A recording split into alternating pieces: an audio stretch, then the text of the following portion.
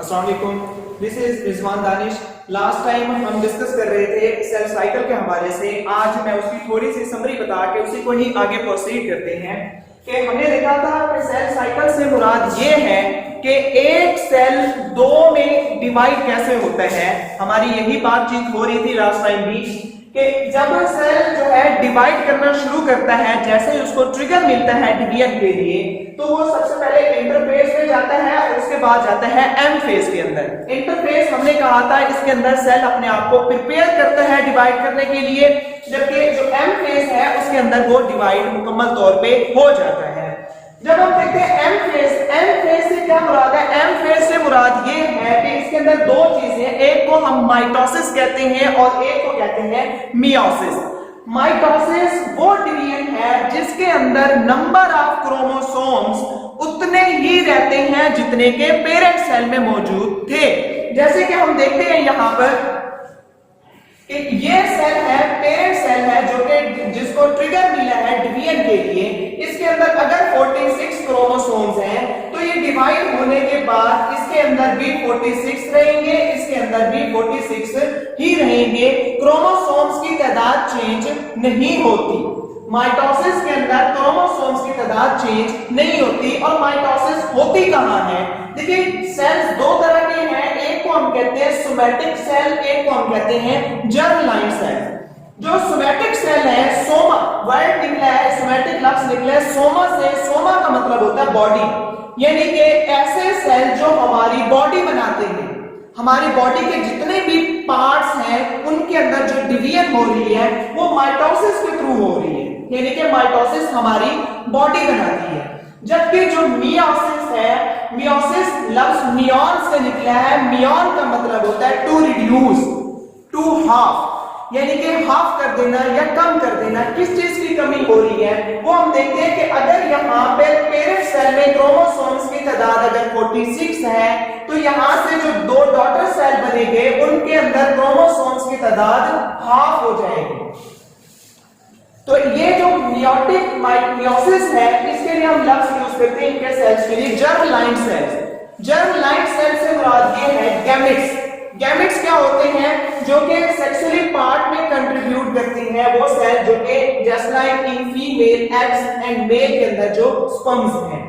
तो हमने ये देखा कि माइटोसिस जो है हमारी पूरी बॉडी के पार्ट्स में माइटोसिस होती है, जबकि सिर्फ जो गैमेट्स जो बना रहे हैं, गैमेट्स की फॉर्मेशन जब होती है तो वहां पे मियोसिस होती है। मियोसिस के अंदर हम तफसील से पढ़ेंगे कि बाद में चाइल्ड के अंदर या बेबी के अंदर 46 क्रोमोसोम कैसे पूरे हो जाते हैं।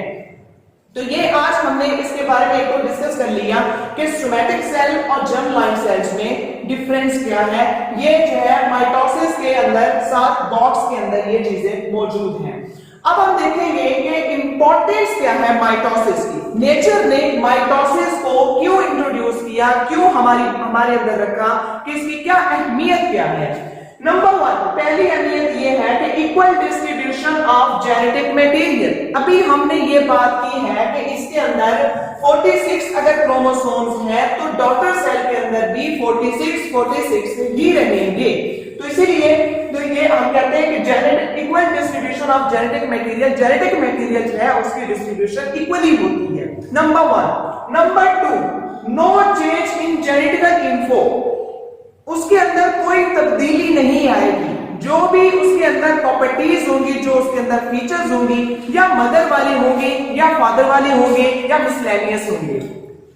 नंबर 3, तीसरी जो अहमियत है, जो तीसरी सिग्निफिकेंस है वो है एसेक्सुअल रिप्रोडक्शन, यानी कि ऐसे प्लांट्स या ऐसे माइक्रो ऑर्गेनिज्म जो कि सेक्सुअली रिप्रोड्यूस नहीं कर सकते। सेक्सुअली का मतलब है उनके अंदर गैमेट्स की फॉर्मेशन नहीं होती, तो वो एसेक्सुअली रिप्रोड्यूस करते हैं।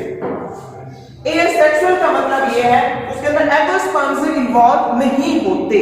जस्ट लाइक आप इसको 10th के अंदर इसकी जो है एक्सप्लेनेशन हम पढ़ते हैं कि हम इसकी एग्जांपल यहाँ पे कोट कर लेते हैं। जस्ट लाइक हाइड्रा है या जो है कुछ और जानदार यीस्ट है। यीस्ट, अगर हम यीस्ट की एग्जांपल लेते हैं तो ये यीस्ट के अंदर जो है यहाँ पे बड बनती है और बड बनने के बाद वो वहां से सेपरेट हो जाती है।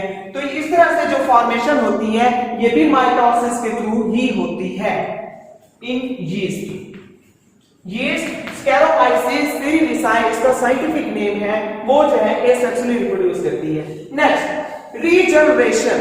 रीजनरेशन में स्टार फिश की बहुत बड़ी एग्जांपल हमारे सामने है कि स्टार फिश के आर्म्स होते हैं। अगर कोई आर्म किसी भी वजह से, कुछ किसी प्रे की वजह से या कोई एक्सीडेंटली सी के अंदर वो कट ऑफ हो जाता है तो वो दोबारा रीजनरेट कर लेता है। क्यों रीजनरेशन क्यों हुई? वो हुई है माइटोसिस की वजह से। क्योंकि ये क्या होता है कि जो सेल्स जो टूट गए हैं, जो सेपरेट हो गए, वहां से ये दोबारा सेल जो है डिवाइड कर करके दोबारा उसका लॉस्ट पार्ट उसका दोबारा बना देते हैं। इसी ये एग्जांपल हम लिजर्ड की जो है टेल के अंदर भी हम देखते हैं। Number 5 healing of wounds. अगर हमारी बॉडी के अंदर कहीं पे नेक्रोसिस हो जाती है, कहीं पे चोट लग जाती है या कहीं पे कोई इंजरी हो जाती है तो वो जो जख्म है वो हील क्यों हो जाती है, वो जख्म दोबारा क्यों भर जाते हैं? उसकी वजह भी माइटोसिस, क्योंकि यहाँ पे सेल डिवाइड कर रहे थे और उन डिवीजन ऑफ सेल्स के जरिए वो जख्म हील हो गए हैं। Number 6 replacement in growth. Growth के अंदर हम देखते हैं ये भी तकरीबन दोनों जो है ना एक जैसा ही कंसेप्ट है कि कोई भी पार्ट्स जिसके अंदर ग्रोथ जो है मतलब रुकी है टेम्परेरी तौर पे या कोई भी वहां पे कोई इश्यू बना है, कोई इंजरी हुई है, कोई पैथोलॉजी हुई है तो उससे भी ये दोबारा जो है ये रीजनरेट कर लेती है। Number 7 new sales formation. कि जो सेल्स हमारे टूट जाते हैं, शट ऑफ हो जाते हैं, स्लफ ऑफ हो जाते हैं, बिखर जाते हैं तो वो भी दोबारा बन जाते हैं। अब हमारी जो स्किन के सेल्स हैं वो कॉन्टिन्यूअसली डिवाइड करते रहते हैं। कुछ सेल्स ऐसे हैं जो कि टेम्परेरी तौर पे जो है वो डिवीजन जो है ना वो कर देते हैं, स्टॉप कर देते हैं, लेकिन कुछ सेल्स मुसलसल डिवाइड करते रहते हैं just like our skin cells. तो उनके जो सेल्स की जो फॉर्मेशन है वो भी माइटोसिस के थ्रू ही होती रहती है। अगर हम इनके एरर्स की बात करें, इनकी जो है कोई मिस्टेक हो जाती है माइटोसिस के अंदर, जो जैसे कि मैंने आपको बताया था एस फेज के अंदर अगर कोई मिस्टेक हो जाती है तो डुप्लीकेशन के दौरान कोई गलती हो जाती है तो वहां से कैंसर होने के चांसेस भी हो सकती है। तो एरर्स इन माइटोसिस में हम देखते हैं कि डुप्लीकेशन के दौरान अगर कोई भी यानी कि चेक पॉइंट पे वो गुजर गया, कोई सेल चेक पॉइंट से गुजर गया हालांकि उसके अंदर कोई म्यूटेशन हो गई थी। म्यूटेशन से मुराद ये है कि जेनेटिकल मेकअप के अंदर जो है ना कोई भी चेंज आ गई है तो तब क्या हो सकता है? ट्यूमर फॉर्मेशन हो सकती है।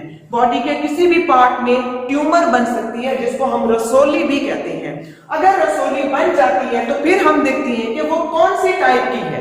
जैसे कि हम लेबोरेटरी के अंदर चेक करवाते हैं क्या वो मैलिग्नेंट है या बिनाइन है। मैलिग्नेंट से क्या मुराद है? मैलिग्नेंट से मुराद ये है कि वो जो रसोली होगी वो आगे आगे फैलती जाएगी, जिसे हम कैंसर कहते हैं।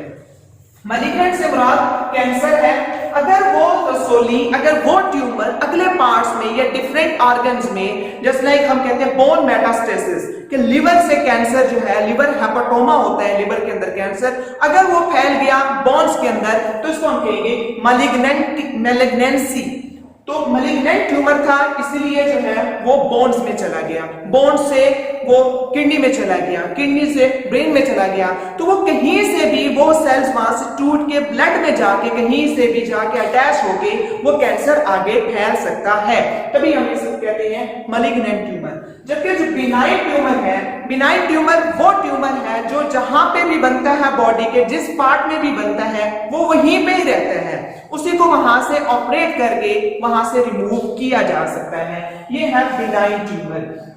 यहाँ पे हमने देखा था मैलिग्नेंट ट्यूमर के अंदर कि मैलिग्नेंट ट्यूमर जो है आगे फैल सकता है। इस फैलने के लिए हम साइंस की जुबान में एक वर्ड यूज करते हैं, वो है मेटास्टेसिस। मेटास्टेसिस से मतलब ये है कि ये स्प्रेडनेस ऑफ डिजीज, लफ्जी मतलब तो ये है, लेकिन यहाँ पे हम देखते हैं स्प्रेडनेस किस चीज की है? वो ट्यूमर की है, वो मैलिग्नेंसी की है कि वो कैंसर जो है दूसरे बॉडी के पार्ट्स में फैलता चला जा रहा है। आई होप सो आपको ये समझ आया होगा और इसका मियोसिस हम नेक्स्ट लेक्चर में डिस्कस करेंगे।